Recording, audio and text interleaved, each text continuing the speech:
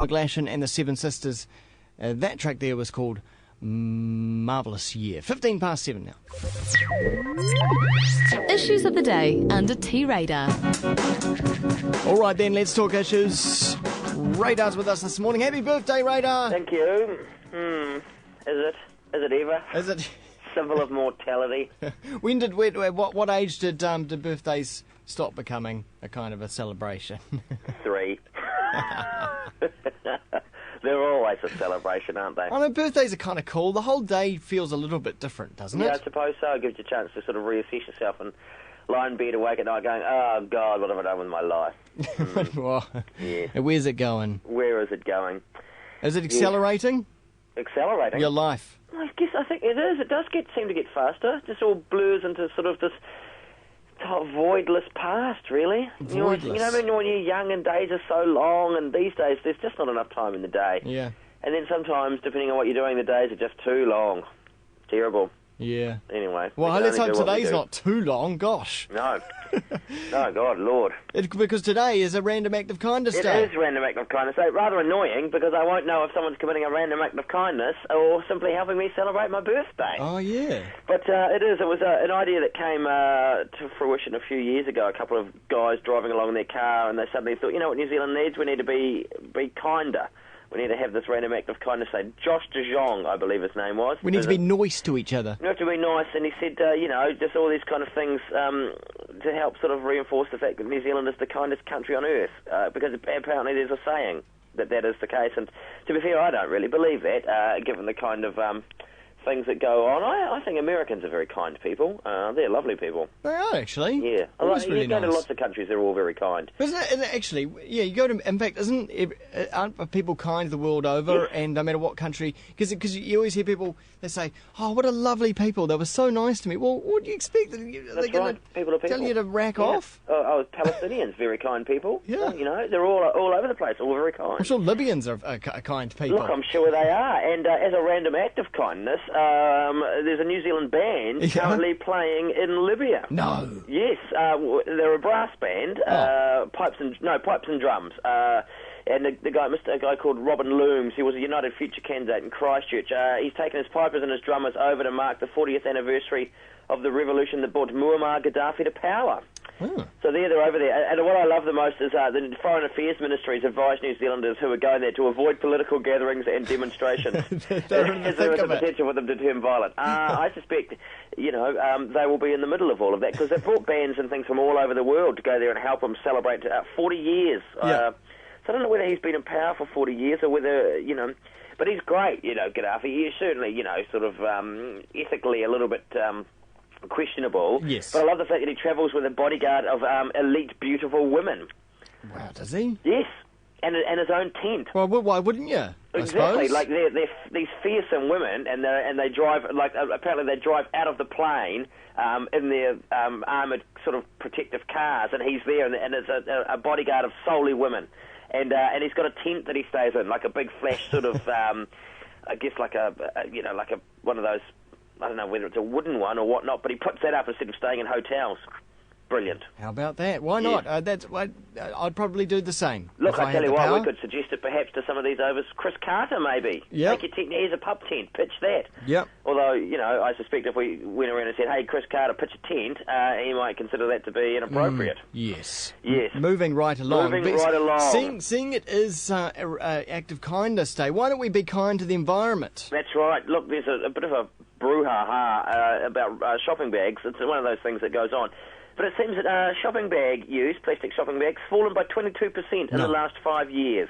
Well, that's not bad. No, we've cut the use of shopping bags by 157 million bags. That's got to be a good thing. It's got to be a good thing. So, that's good. And the city I'm in, Waitakere City, soon to disappear forever as a city and become part of a greater body. Before that, Bob Harvey wants to have us become the first city in the country to be plastic shopping bag free. First city, because they won't be the first town or first area to be first, because that falls to Collingwood. Good old Collingwood. Yeah. Yes. At the top of the south. Bit annoying though, plastic shopping bags can be quite useful from time to time, putting stuff in. Yes, but But come on, I mean, I went to one supermarket the other day, and I came away, and I didn't want to come away with that because I wasn't looking when they were packing. I came away with 5 bags. Five bags? Each bag was like a third full. Good God, that'd have to be Food Town, wouldn't it? It was. I think it was. No, it was Woolworths, but there's one and the same. Yes. See, I got a Pack and Save. You have to buy your bag there and have it for years. And when I go to Pack and Save, I bring my own big shopping bag. I try to, but I'm a little bit terrible for the environment in that I've got an inordinate number of reusable shopping bags, none of which I can remember to take to the car. Leave them in the car. Yeah, but then you've got to carry your groceries inside. I know. You try to put them by the door and you never remember. What do you do? But it turns out Wellington's not all that keen on it, and the supermarkets in Wellington, they've backtracked, and now the 5 cents charge on your bag is now optional. Shame on you, Wellington. Yes, because it turns out the people in Wellington don't really want to pay for their bags, and I can understand that. You know, it's not as if the supermarkets reduced the cost of goods by the tiny fraction of a markup that plastic bags are. Is it perhaps just a money-making scheme for the supermarket? Well, that is a really good point. I would like New World to account for where that money is going. Now, if that money was going to some kind of recycling idea or something wouldn't that be the way to go? And yeah. Perhaps there should have been a campaign for that, you know, to encourage the fact that this 5 to 10 cents, warehouse is 10 cents, I think, was actually going to go to a cause of some kind, perhaps anti-plastic bag posters or something like that, but that's not the case. Not the case at all. No. Well, look, today, just don't buy a plastic bag. Be kind to the environment. Be kind to the environment, and you know, and go to Wanganui, because Wanganui also always a colourful town. And I think it's today, sometime this week anyway. The gangs have finally united in Wanganui and found a common cause to rally behind, and that is hatred of Michael Laws. In many ways, probably not alone in that, the gangs of Wanganui, and they're going to be marching because, of course, the council has banned the wearing of gang insignias. So a good chance for Wanganui to suddenly put a bit of money in the bank. $2,000 fine for people with gang insignias. Go down there with a video camera, film all of the people with them, make a lot of money. What? Who makes the money? The council? Well, the council can. Oh, okay, I thought you get perhaps some books or whatnot in the library, some anti-gang books that children can come in and read, and thus avoid a life of crime. Unless, of course, they buy books about crime. So let's face it. I mean, gangs aren't popular, right? No one really fancies some of those gangs. But what do you make of this law? You know, well, you know, there was a councillor who walked out last night. He said Wanganui doesn't have a gang problem, and you know, I think Wanganui's got a lot of problems. But certainly there was a gang issue there. They were running around, and you know, they can be a bit intimidating, I suppose. And but you know, it's that whole question of freedom of speech. You know, I don't like what it is you're saying, but I defend your right to say it. Should gangs be allowed to wear their patches? Yeah. Wear their colours? Look, I don't know. Obviously it's causing trouble because they see other people with gang colours or gang patches and they begin to squabble amongst themselves, and there's knifings and stabbings. I tell you what, I don't think there's anything I enjoy better than a couple of gang members going at each other with a hatchet. Great entertainment, so long as they keep it amongst themselves. There's actually some amazing, I was going to say fantastic, but it's not really, amazing footage of a couple of gang members, Mongrel Mob versus Black Power, going at it in Cathedral Square. That's right, yes, I remember that, yes.